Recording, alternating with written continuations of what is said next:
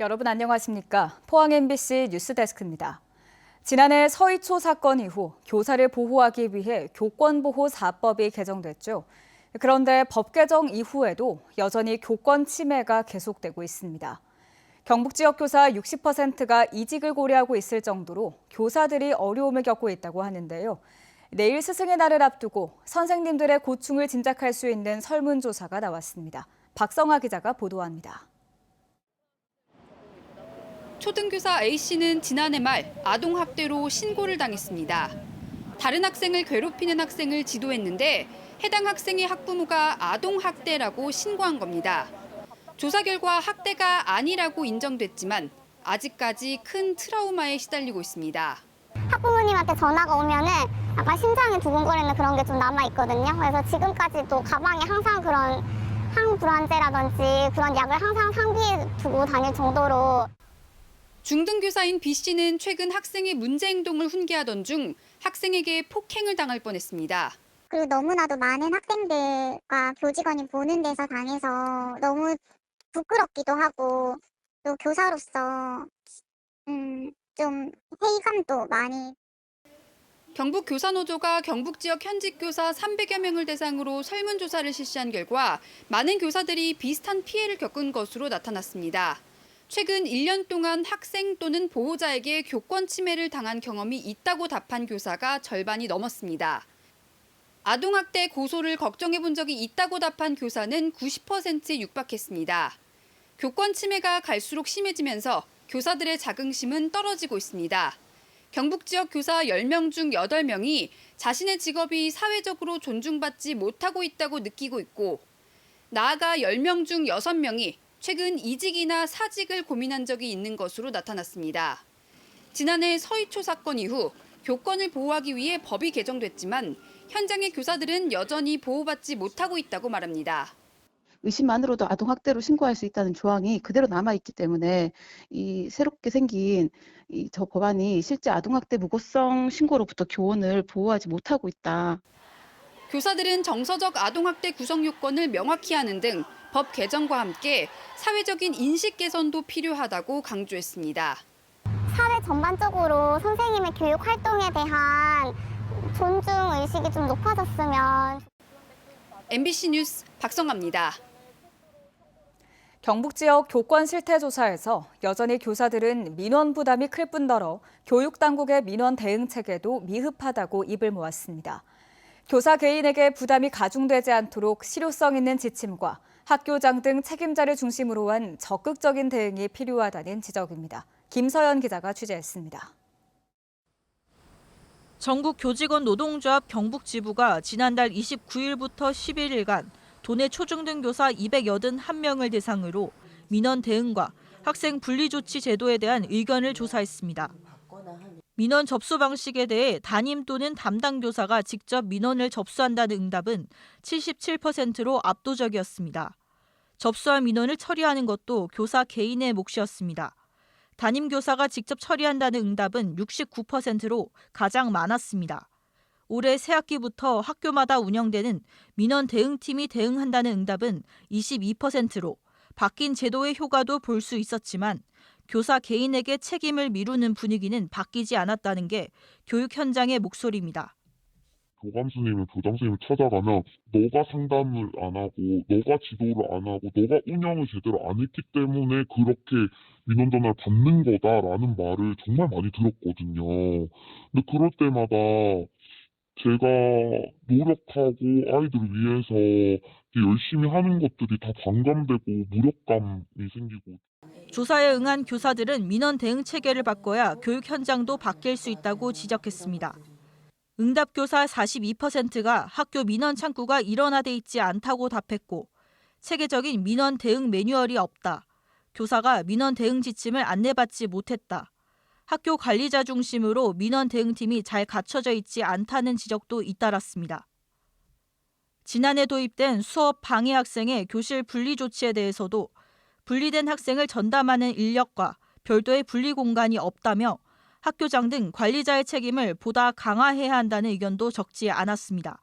경북교육청의 경우에는 대부분 민원 대응팀 구성 운영 매뉴얼, 그리고 학생 분리 조치 등과 관련해서 학교 자율로 맡기고 있습니다. 근데 학교 자율이라는 명목 하에 사실상 그 지도 감독의 역할을 제대로 하지 않고 있다는.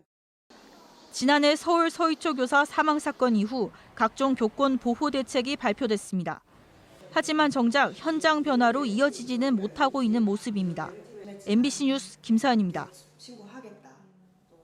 제43회 스승의 날 기념식이 오늘 경북교육청 문화원 대공연장에서 열렸습니다.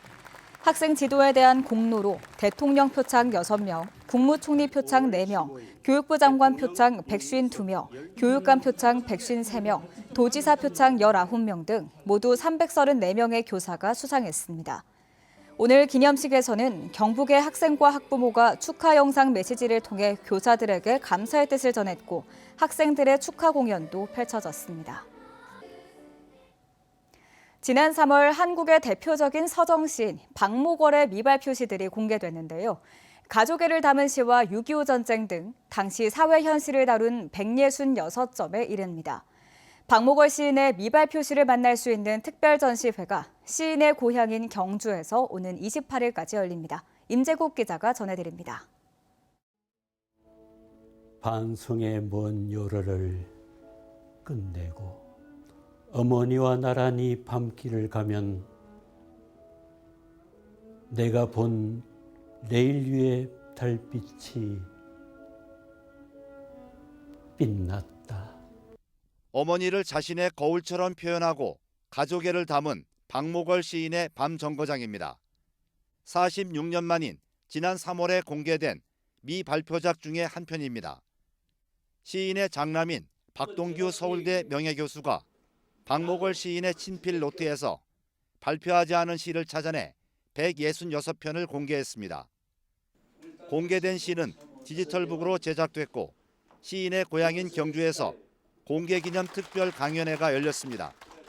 아버님의 시의 본산도 경주일 뿐더러 고향이란 말이 가지고 있는 것은 박목월의 본질이기 때문에 아버님 시인을 세상에 생각해보는 시간을 경주에서부터 출발하는 게 맞지 않나. 이번에 공개된 작품에선 서정적인 내용뿐만 아니라 고향과 가족, 6.25 전쟁 등 폭넓은 주제를 다뤘습니다. 미발표 작품 공개와 함께 경주시는 박목월 시인의 유산을 활용한 다양한 콘텐츠를 마련하기로 했습니다. 시인의 문화유산이 보다 더 잘 활용되도록 하기 위해서 강연회와 전시회도 추가로 개최하고 이를 활용한 독립목을문학관 전시관 콘텐츠도 다양화할 계획을 가지고 있습니다. 박목월 시인의 미발표작 특별 전시회는 경주 독립목을문학관에서 오는 28일까지 열립니다. MBC 뉴스 임재국입니다. 대구지법 포항지원은 지난해 12월 자신의 집에서 지적장애가 있는 18살 미성년자를 여러 차례 성폭행하고 이를 촬영한 40대 남성에게 징역 3년 6개월의 실형을 선고했습니다. 이와 함께 아동 청소년 및 장애인 관련 기관에 5년간 취업 제한을 명령했습니다. 재판부는 피해자가 지적장애가 있다는 사실을 알면서도 범행을 저질러 죄책이 무겁다며 다만 범행을 인정하고 반성하는 점을 고려했다고 양형 이유를 밝혔습니다. 최상병 순직 사건을 수사하고 있는 경찰이 임성근 전 제1사단장을 피의자 신분으로 소환해 밤샘 조사를 진행했습니다. 임 전 사단장은 기존 주장대로 과실치사 혐의를 강하게 부인하고 있는데요. 경찰은 임 전 사단장의 진술을 바탕으로 보완 수사한 뒤 최대한 빨리 수사를 마무리 짓겠다는 방침입니다. 한태연 기자입니다. 임성근 전 1사단장이 지친 표정으로 경북경찰청 형사기동대를 빠져나옵니다. 어제 아침 경찰에 출석해 꼬박 밤을 새고 22시간여 만입니다. 취재진 앞에선 임 전 사단장은 최상병을 언급하며 진상규명을 위해 성실하게 조사에 임했다고 말했습니다. 저는 고 최상병 부모님께 전에 약속한 대로 정확한 진상 규명을 위해서 경찰 조사에 1.1획 거짓됨 없이 진실되고 성실하게 조사에 임했습니다. 수중 수색 지시나 수사 외압 논란 등을 묻는 질문에는 어떤 답도 하지 않았습니다. 수중수색 어렵다고 했는데 묵살했다는 의견에 대해서 어떻게 생각하십니까? 대통령실 수사 외압 논란도 있는데 그 부분에 대해서 혹시 입장 있으세요? 최상병 사건 발생 10개월 만에 해병대 지휘부 최윗선에 이루어진 경찰의 첫 소환 조사였습니다. 경찰은 최상병 사망과 관련해 임 전 사단장에게 제기된 여러 의혹들을 확인했다고 밝혔습니다. 전날 시작된 조사가 길어지면서 경찰은 임 전 사단장의 동의를 받고 오전 3시 30분까지 심야 조사를 진행했습니다. 조사가 끝난 뒤에도 진술이 기록된 조서를 확인하는 데만 다시 4시간가량 걸렸습니다. 임 전 사단장은 이번 경찰 조사에서도 당시 수색작전 통제권은 육군 54단에게 있었고 자신은 명령이 아니라 의견을 제시했을 뿐이라는 기존 주장을 적극적으로 소명한 것으로 보입니다. 경찰은 임 전 사단장의 진술을 바탕으로 보완 수사한 뒤 최대한 빨리 수사를 마무리 짓겠다는 방침입니다. MBC 뉴스 한태현입니다. 오는 17일 문화재청이 국가유산청으로 새롭게 출범하는 것을 기념해 내일부터 5일 동안 경북의 국가유산 10곳, 전국적으로 76곳이 무료로 개방됩니다. 무료로 개방되는 경북의 국가유산은 경주 대릉원과 동궁과 월지, 김유신묘, 무열왕릉, 안동 하회마을, 울진 성류굴 등 10곳입니다. 한편 60여 년간 이어져온 문화재 명칭이 국가유산으로 문화재청은 국가유산청으로 각각 변경됩니다. 포항시는 오늘 용인 특례시와 양지역 공동발전을 위한 우호협력 교류협약식을 가졌습니다. 포항시와 용인 특례시는 두 도시가 가지고 있는 자원을 최대한 공유 활용해 지속가능한 협력 사업을 적극 발굴하기로 했습니다. 아울러 두 도시는 축제와 행사 개최 시 방문단을 파견하는 등 관광 문화 교류도 활성화하기로 약속했습니다.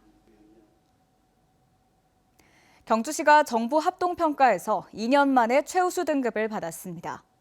이번 평가에서 경주시는 문화누리카드 사업예산 집행률과 치매관리율, 복지 사각지대 발굴 지원 등에서 높은 점수를 받았습니다. 경주시는 최우수 등급 평가로 받은 1억 5천만 원의 상사업비를 건강 증진이나 지역경제 활성화에 사용할 예정입니다. 포항 시립교향악단 제207회 정기연주회 온가족 음악나들이가 오늘 16일 저녁 7시 반 포항문화예술회관 대공연장에서 열립니다. 이번 공연은 5월 가정의 달을 맞아 온 가족이 함께 감상할 수 있는 클래식 음악 동화 피터와 늑대를 메인 연주곡으로 선정했으며 김준형 피아니스트가 협연합니다. 공연 입장권은 3,000원에 구입할 수 있으며 자녀석에 한해 현장 구입이 가능합니다. 구미에서 열린 제62회 경북 도민체육대회가 나흘간 열전에 막을 내렸습니다. 개최도시인 구미시가 포항을 제치고 6년 만에 종합우승을 차지했고 군부에서는 7곡군이 1위에 올랐습니다. 대회 최우수 선수상에는 구미체육회 소속 양지원 선수와 7곡군 김수지 선수 2명이 선정됐습니다.